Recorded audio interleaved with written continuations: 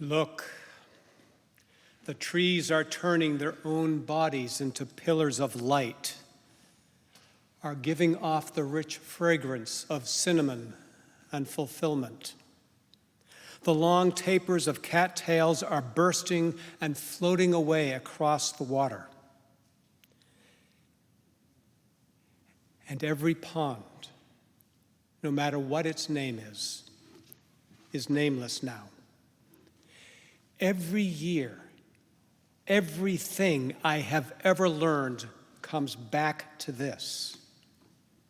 The fires and the black river of loss whose other side is salvation, whose meaning none of us will ever know. To live in this world, we must be able to do three things: to love what is mortal, to hold it against your bones knowing your own life depends on it, and when the time comes, to let it go. To let it go. Dearly beloved, we are gathered here today to mourn the deaths and to celebrate the lives of Greta and Bob Michaels.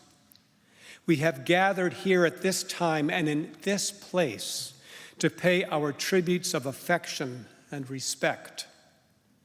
May these moments together be filled with memories of parents, of grandparents, of mutual friends and loved ones, who only such a short time ago walked with us, blessing us with their presence, leaving us saddened at their parting, but uplifted in spirit because of the many memories and the quality of their living. Poets, singers, and writers have looked squarely into the face of this greatest of life's mysteries. And all through the ages, they have sung their messages with songs of faith and courage and hope. So we'll begin our service this morning, asking the presence of the divine among us by gathering ourselves in the quietness of prayer. Let us pray. O loving God, who art all knowledge and all memory, help us to trust that even as you know the fall of the sparrow, even as you have numbered the hairs of our heads, even as you call the stars each by name, so you will also remember Greta and Bob and welcome them into your peace. According to your steadfast love, embrace them for your goodness' sake. And although we remember now through tears, teach us not to seek to forget, but to trust that in time our own memories will turn from the pain of our loss, and our minds and hearts will be healed by the recollection of laughter we shared, of their steady and comforting presence in the years past, and of the many small kindnesses noticed but often unmentioned in the hurry of life. In this spirit, we will now light our chalice as a symbol of the light and the love we received from them.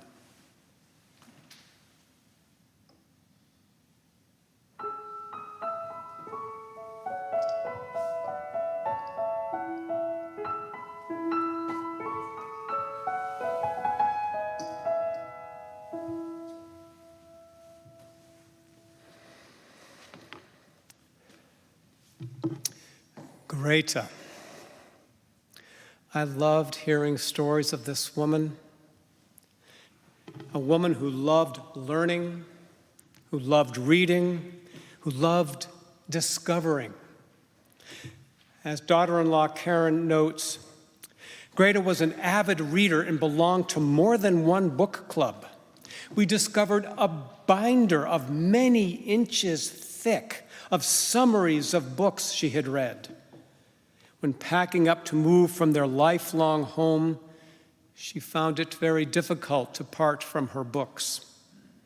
And unlike many of us, Greta actually read all of her books.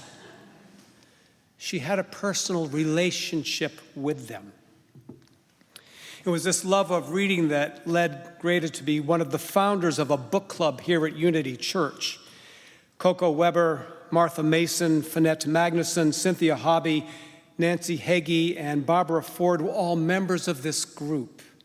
This is what they have to say about Greta. Greta was one of the founding members of her book club. A group of friends who taught in the St. Paul public schools decided to form a book club as they retired in the early 1990s. They called themselves the Teachers Book Club. Bob called them the Wine and Gossip Society. Just reading what they wrote, right? He said that because they spent the first part of each meeting giving updates about former colleagues and friends. But they were a serious book club. Greta was a leader in the group. She prepared for every meeting, bringing articles or reviews of the chosen books to enrich the discussion. Her suggestions for book selections were always spot on. She was a member of the League of Women Voters. She read the New York Times each week. She invited and welcomed new women into the group as others moved away or died. When she and Bob moved to 1666 Kaufman, she joined the library committee and wrote synopses of books for the newsletter. Now, if you listened with your heart to what Karen wrote and what her friends from the book club wrote, you heard of a woman whose very soul rejoiced in the expansion of her mind, writing summaries of books she'd read, having a personal relationship with them, and then as she and Bob downsized, the grief of parting with those books. It's no surprise that Greta embraced education. She went off to Smith College in Northampton, Massachusetts, where she graduated in June 1950 with honors and a major in English. After graduation, she started graduate work at the University of Wisconsin. Later, when the kids were grown, she went back to the University of Minnesota and got a master's in American Studies, then spent a summer at Oxford studying education and English. After college, Greta worked as an archivist and researcher for the Wisconsin State Journal. But it was not just learning for learning's sake that her soul craved. That was but one part. She also strove to impart learning, to teach, to nurture, and to nourish growing minds, growing souls. She taught English to junior high and high school students at Murray, Johnson, and Central Schools in St. Paul. She was much admired for her intellectual and creative ability to work well, even with sometimes reluctant students. Before retiring, she got a series of grants from the University of Minnesota, and she ran a program teaching writing across the curriculum to other teachers. She was one remarkable woman. Theodore Webb captures the essence of a soul such as hers when he wrote, "Thankfulness should be the tenor of this occasion as we realize how many lives have been touched and tenderly lifted, encouraged, and enlightened by the fine mind and patient merit of a master teacher." There are teachers and teachers. Some impart only knowledge. From others, we learn more than prescribed lessons. We learn kindness and integrity. Out over the rows of desks, through the thick-aged books, into receptive minds and spirits of growing girls and boys, our teacher has cast her influence. It far exceeded in importance the specific knowledge she was paid to impart.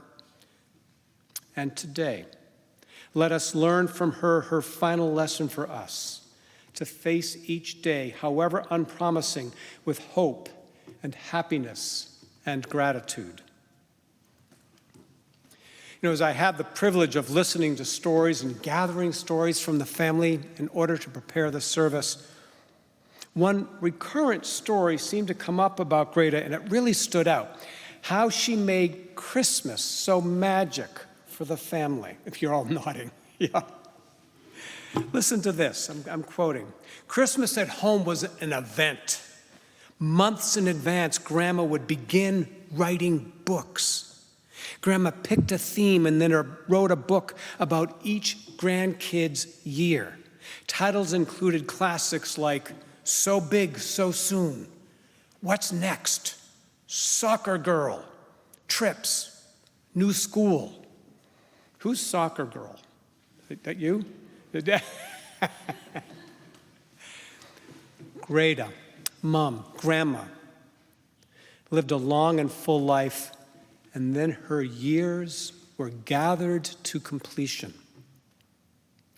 And although we may know intellectually that death is as much a part of life as birth, the loss of such a woman still leaves us bereft. Antoine de Saint-Exupéry, he who wrote The Little Prince, he wrote also of the depth of a mother's and a grandmother's love. And so to Greta's children and grandchildren, we dedicate this reading by Saint-Exupéry. Death is sweet when it comes in its time and place, when it is part of the order of things. For a mother, death is only half a death. Each life in turn bursts like a pod and sends forth its seed. For when a mother dies, for a second time, the umbilical cord is cut. For a second time, the knot is loosened, the knot that bound one generation to another. And now the mother lies broken but at rest, a vein from which the gold has been extracted. In their turn, her children will bring forth young from the mold. So simple, this image of a generation dropping one by one its grayed hair members as it makes its way through time and through its metamorphoses toward a trust that is its own. This is life. This is life, handed on here from generation to generation, with the slow and steady progress of a tree's growth.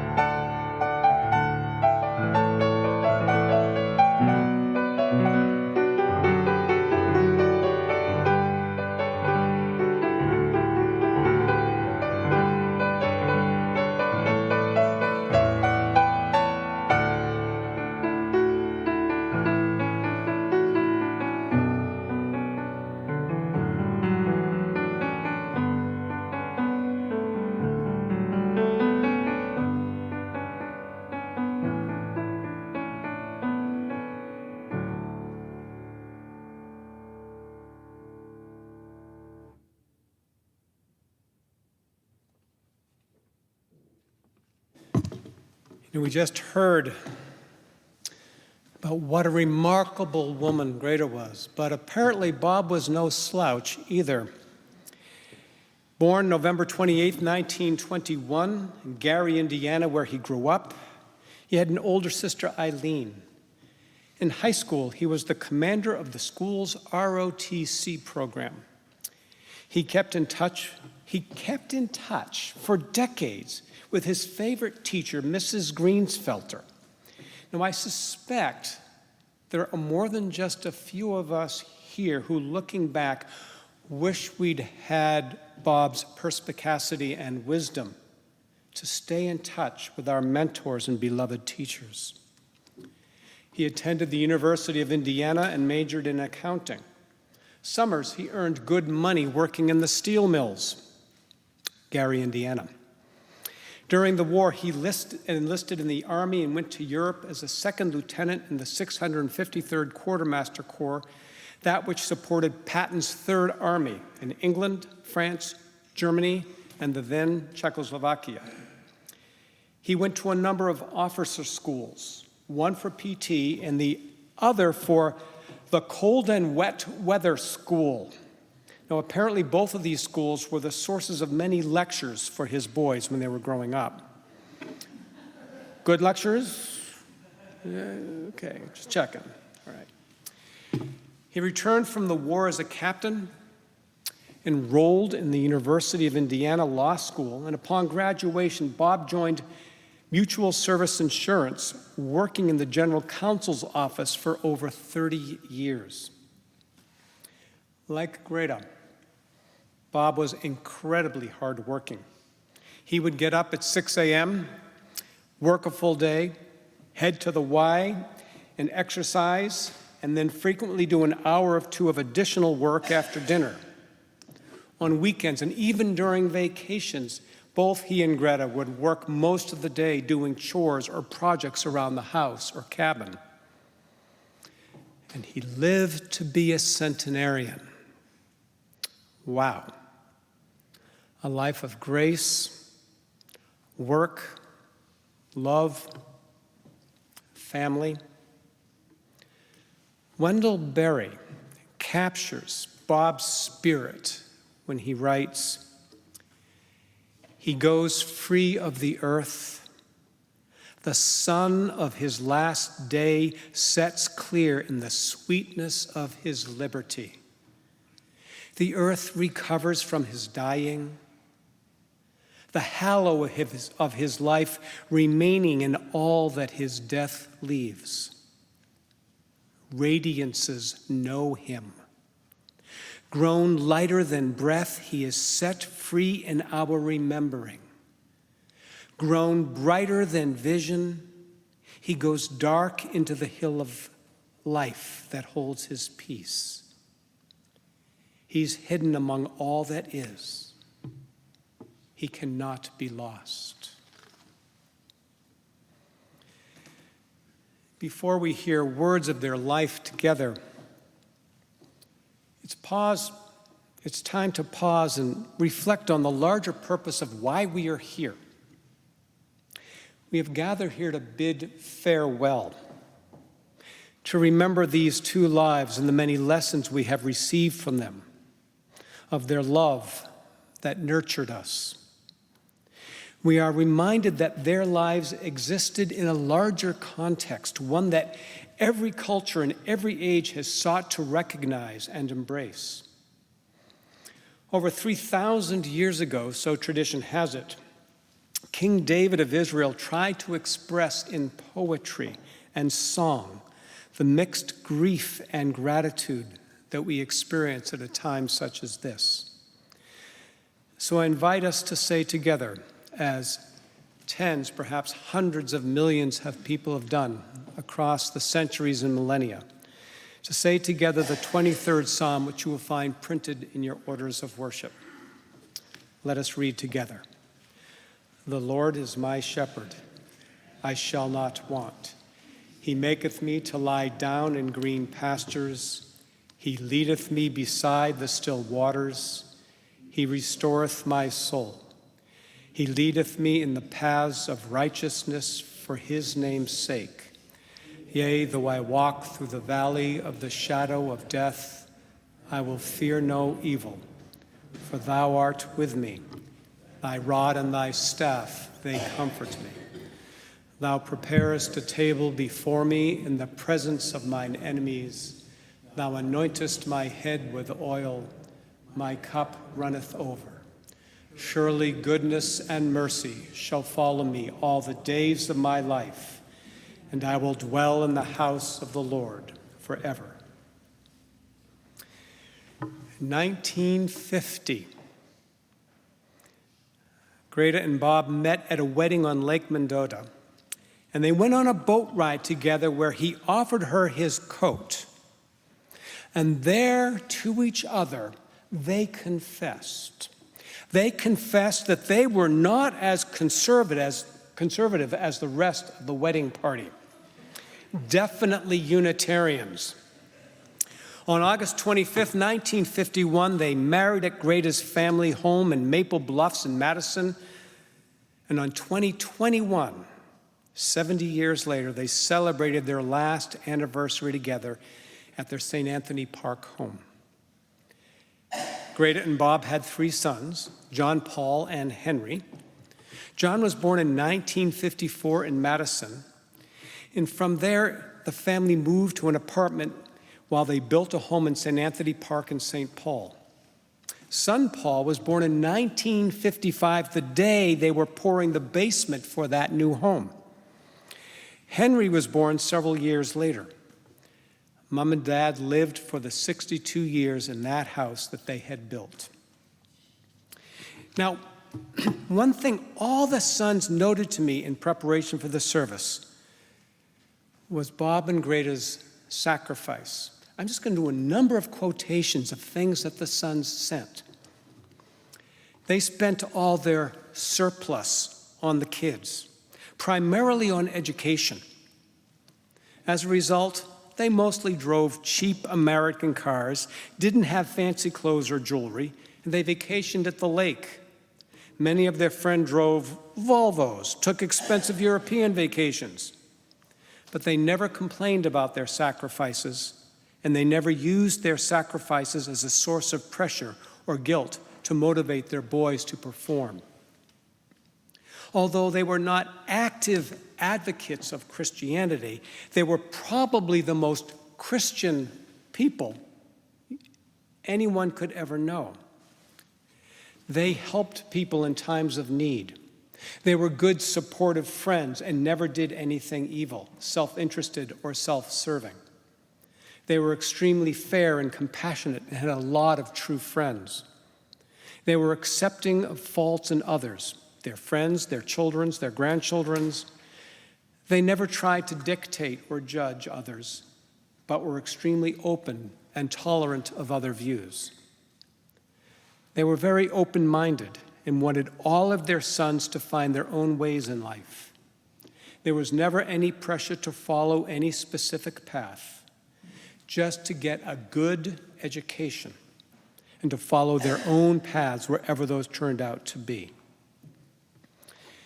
The early 1960s, Greta and Bob purchased 40 acres on Minnow Lake, where they spent summers for the next 50-plus years. Bob spent much of his free time working, planting thousands of pine trees, clearing trails in the woods, building a sauna, a bunkhouse, a large garage shop, and then remodeling them all at least once. They were both founding members of the Minnow Lake Association, and Greta was an active participant in the Burnett County Lakes and Rivers Association. In retirement, they added a vegetable garden in the woods. Bob played a weekly game of golf with friends, collected and read all 100-plus Louis Lamar Westerns. Greta volunteered at the Fort Folle-Avouin. Am I reading that right? Fort Folle-Avouin? D'accord, très bien. And read her beloved books there. The lake also defined much of their lives together and their children and grandchildren's lives. For the grandchildren, summers were filled with turtles, frogs, dogs, cousins, rides in the great green Ford 150 pickup truck, and of course, Grandma and Grandpa. On the 4th of July, they would go to watch the parade, pick up candy thrown from floats, or go down to the lake for the ice cream social. Both Greta and Bob loved their border collies, Max, Cappy, Fuji, Mikey, and then Ginger. And Bob would sometimes answer the cabin phone saying, "Michael's Dog Farm." Beginning in 2000, they became snowbirds, going with neighborhood friends and family to St. Simons Island in Georgia. Their days were filled with walks on the beach, visits from family, meeting the group for coffee, parties, and the annual Valentine's Day celebration. And of course, being good Germans, they would begin packing in November for the February trip. In 2018, they moved to a condominium which they loved as they made St. Anthony Park home. The family appreciated the compassionate care they both received there. Greta, recovering from radiation therapy at the nursing home, summed things up when she said to her life mate, "Rob, we've got nothing to complain about. We've had a wonderful life." Hear these words of poet Rabindranath Tagore. "We have got our leave. Bid us farewell, our friends. We bow to you all. We take our departure. Here, we give back the keys to our door, and we give up all claims to our house. We only ask for kind words from you. We were neighbors for long, but we received more than we could give. Now the day has dawned, and the lamp that lit our dark corner is out. A summons has come, and we are ready for our journey. At this time of parting, wish us good luck, friends. The sky is flushed with the dawn, and our path lies beautiful before us. Ask now what we have to take with us there. We start on our journey with empty hands and expectant hearts."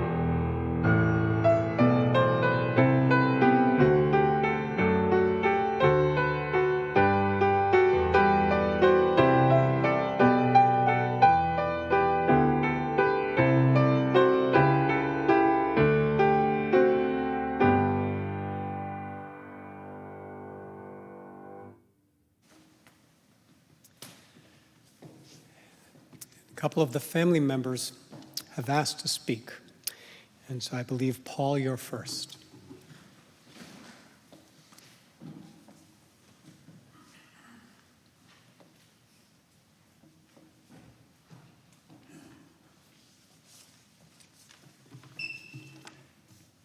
Good morning, and thank you for coming.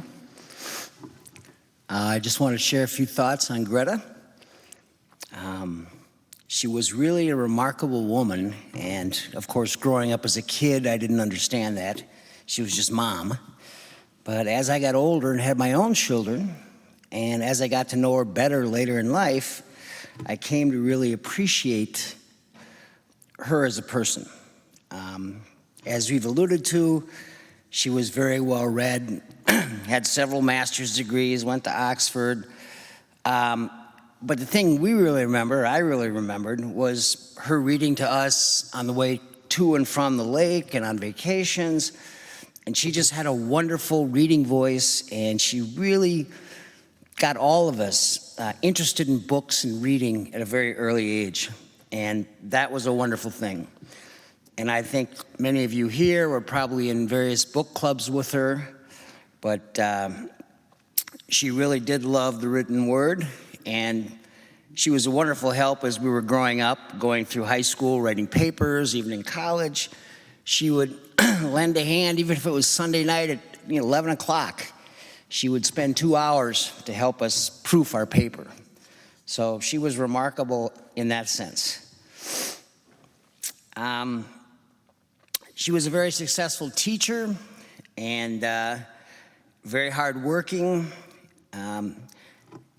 As mentioned earlier, she didn't really care about clothing and jewelry and personal things. She just cared about her family, her kids, their education, and trying to get the best life possible for them. She was extremely hardworking and dedicated as a mother and as a professional, and she was tough. She was a really tough woman. As Ben said, he came back from Mizzou, I think it was his first year, and he went to visit Grandma and had lunch with her. And he said, wow, Dad, she can just talk to anybody. She just relates right away. And that was the way she was. She could relate to really anybody, and she was one of those people that probably had 50 best friends. And she was tough. She was a tough woman. She worked very hard her whole life. And one story that sort of strikes home was she was a teacher at Johnson High. I think this was in the late 80s or mid 80s.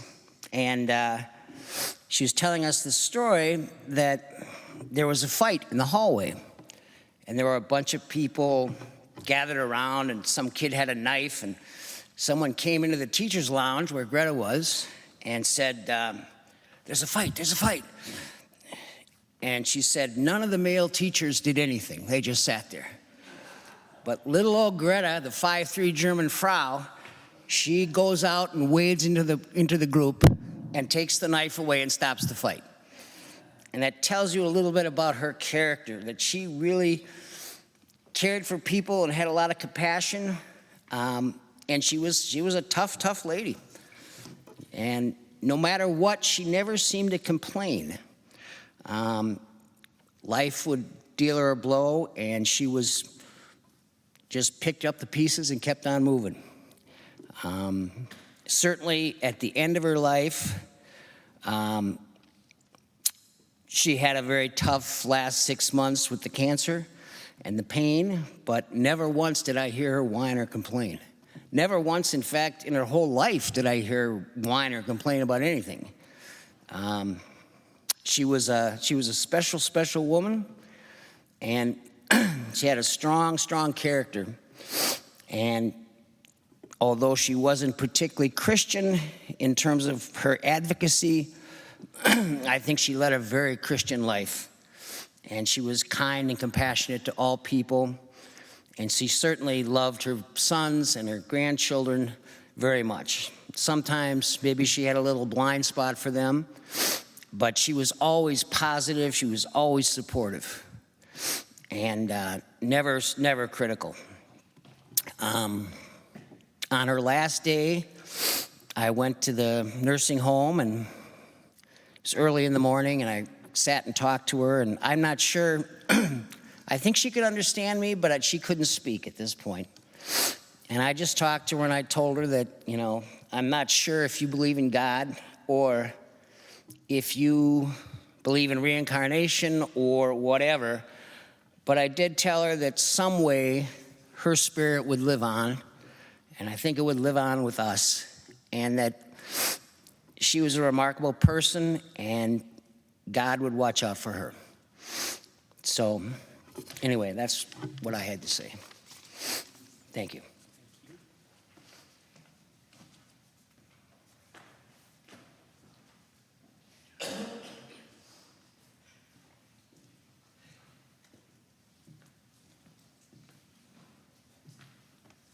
Okay, I'm here to speak a little bit about Dad and his life.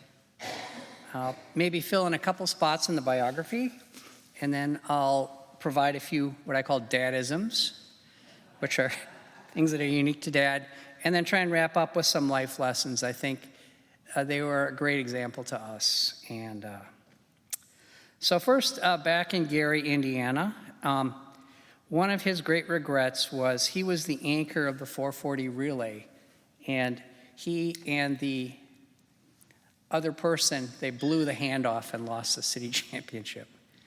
And he still remembered that decades later. Then in the war, as you heard, he was a second lieutenant in a truck company supporting Patton's Third Army. And when he was in England, he had a little Jeep and he got to cruise around the countryside. Rumor has it he dated a brewer's daughter. Rumor has it. He had a few adventures. One night in France, they were strafed. And one day he had to court-martial a guy who refused to get out of bed. That's real. When he went to law school, I think one of the things that my mom was always proud of was she said, you know, in his freshman year, he was 4.0. He was also teaching accounting so he could send money back. So he was supporting his mom. So, okay, on to Dadisms. I think you'll enjoy these. And I think the whole family will know them very well. The first one is, are you trying to poison me? And so at some point in the 70s, Dad was diagnosed with high blood pressure, and this is before they had good drugs. And so he got the religion about diet and exercise. And so he became really, really careful about his diet. And when he was served something that didn't quite look sufficiently healthy, he would say, Greta, are you trying to poison me? And refuse to eat it. Another one was cookie thieves. He'd grumble about cookie thieves. So as he got older, probably in his 80s, he started to develop a real sweet tooth. And Mom would feed the sweet tooth with what were called triple threat cookies. They were kind of a combination of cranberries and nuts and I don't know what else, probably sugar. Anyhow, they would all sit in a cookie box in the corner in the kitchen. And whenever someone made a move toward the cookie box, Grandpa would go, cookie thieves. Another one, which probably my brothers can relate to, is your mother didn't teach you right. So Dad loved to jokingly blame Mom for all of our failings. And whenever there was something came up, he'd say, well, your mother didn't teach you right. And Mom's response was, she would sometimes roll her eyes, but she had a well-worn sign, it's still on the refrigerator back at 1666, that says, practicing patience. The last one is a perfect disposition, and I don't know, Paul, you used to talk to him on the phone too, but when I would call driving home from work, the first thing I'd always say when Dad got on the line was, I'd say, Dad, how's your disposition? And he'd always go, perfect. And that was kind of our joke. And I kept doing that for years. It became kind of a test to see if he was still there. And last year, when he got really old, it got hard. But the last time he was really together, the last time, well, actually, it was in March, about a month before he died. He'd just come out of the shower, and I got there kind of at an odd time. And he looked really good. So I said, well, Dad, how's your disposition? He just smiled and said, perfect. Sorry. So, a few life lessons as well. I think all of us brothers feel very strongly we were blessed with great parents. And I just wanted to highlight a few examples of things that they did, which I really feel reflect who they were and were a good example for us to be as people. So first was talking to Landrum, a friend of my dad's, who was his peer or partner at MSI in the legal department. Landrum said, "Oh, did you ever hear the story about Dad and the raise?" No. Turns out a member of their legal team wasn't getting the increase that Dad felt she deserved. And so he went to management and said, "Well, if you can't fix this, please take it out of mine." As Landrum said, he's good people. Be thoughtful and hardworking. As you've heard, Mom and Dad were, incredibly hardworking, and what you probably don't realize is that when they bought that 40 at the end of the lake, it was really popple and birch and jack pine. It was kind of not really great woods. But over the decades, planting thousands of trees and using the forest management plan to cut the popple and birch and have them shipped for pulp, they converted it back to this really beautiful pine forest we enjoy today. They also made the woods accessible for walking. The logging trails that had been used to cut off the woods in the 50s were still there, and so as kids we'd go with my dad and clear trails. And so now we have these beautiful trails for walking and skiing and enjoying the woods, which otherwise really would be sort of not very useful. So I think, and then finally they helped found the Lake Association. A couple people here from the lake. And the Lake Association, since it started, has become kind of a steward to set the tone for the lake and try and do a good job of managing it for all of us. So 50 years on, I think our family's really grateful for the vision and the hard work that they invested. Paul mentioned Mom was tough. For me, I said be courageous. And she was one of the most courageous people I know. When she was pregnant, I think with Henry, she quit smoking cold turkey. Just stopped, never smoked again. Later, when her bones became brittle, and some of you know this, but probably don't put all the pieces together, she recovered from 3 broken hips and 2 broken pelvises. She just fought right back. And finally, when she had both breast and pancreatic cancer, I'm convinced if it had simply been breast cancer, she would have cruised right through it. She'd be here today. But, there's no coming back from pancreatic cancer. And she had a really brutal round of radiation therapy to try and buy as much time as possible. And she kept fighting until her body failed. And as Paul said, she never complained. It was very graceful.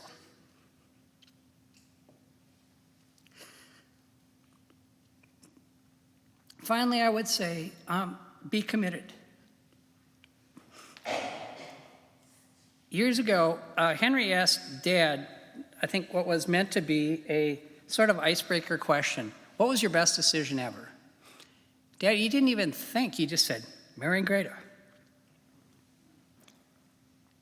For her part, Mom refused to leave the nursing home. She could have gone to a nicer place. She could have gone back to 1666, but she stayed with Dad. And some of her last words were, "Take care of my friend." I think it's appropriate that we're saying goodbye to them today together. Thank you.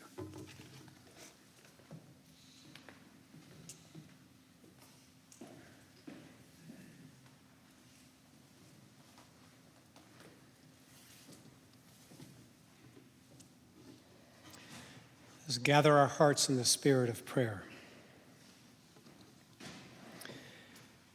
We have come here this day to commit to the preciousness of memory, to lives that were mingled with our own, woven with our own. to remember their strength and loveliness, which remain to bless us. Those whom we love do indeed leave us, and when we lose them, no spoken words can lessen our grief. But what they were can never leave us.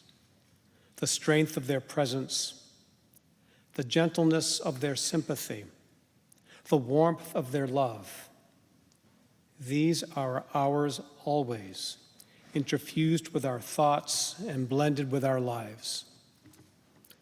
These two brave and beautiful spirits were caught up into the greater life that they had been seeking. And so today we commit them to the joy of memory and the peace of God.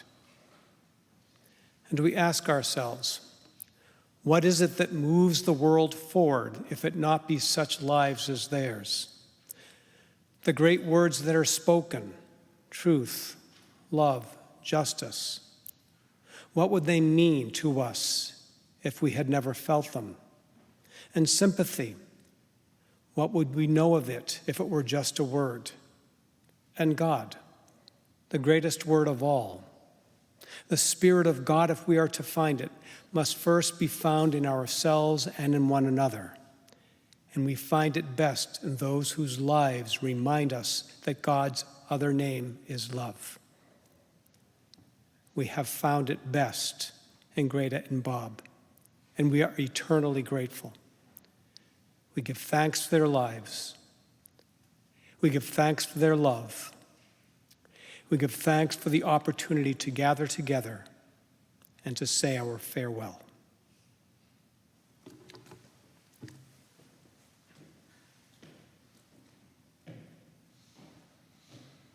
Family invites you to a memorial service.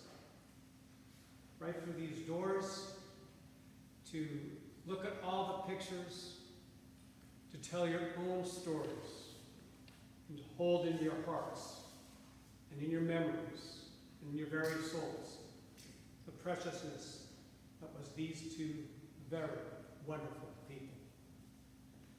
Now may God bless you and keep you. May God bless all those you love, whether here or in some other place. May God be your companion, and you be God's friend as you walk together down all the days of your life.